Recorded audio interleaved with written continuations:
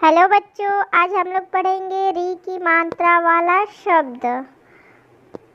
म परी की मात्रा मृ अग मृग।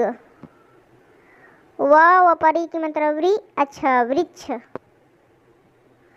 ग परी की मात्रा ग्री अह गृह।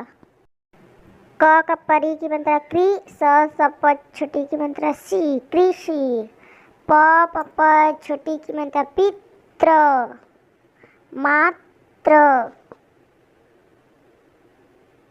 घ परी की मात्रा घृत त परी की मात्रा त्रि अड़ तृण। क परी की मात्रा कृष अक कृषक। री त छोटा की मात्रा तू ऋतु। री स छोटी की मात्रा शी ऋषि। क परी की मात्रा क्री परा की मात्रा पा अड़ कृपाड़।